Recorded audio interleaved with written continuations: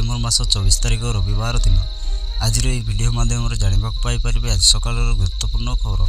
तेज दर्शक बंधु खबरटी कौन रही निहाती भाव में जानवाक हेले पूर्व वीडियो को लाइक करने सहित एवं यहपरी वीडियो देखा चाहते चैनल को सब्सक्राइब कर बेल आइकन को दबाई दिखाँ।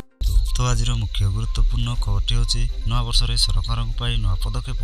यही योजन करंतु आवेदन प्रति मासरे मिल 3000 टंका। जीवन पारंपरिक पर्यायर श्रमिक माने कठिन परिश्रम करी किछि टंका रोजगार करी निज जीविका निर्वाहित करती लोकों समस्या को दृष्टि रखी भारत सरकार योजना करुछंती जोथिरे समस्ते उपकृत होउछंती। एबे सरकार आउ एक योजना आणुछंती। एही योजनार नाम हेउछि प्रधानमंत्री श्रम योगी मानधन योजना।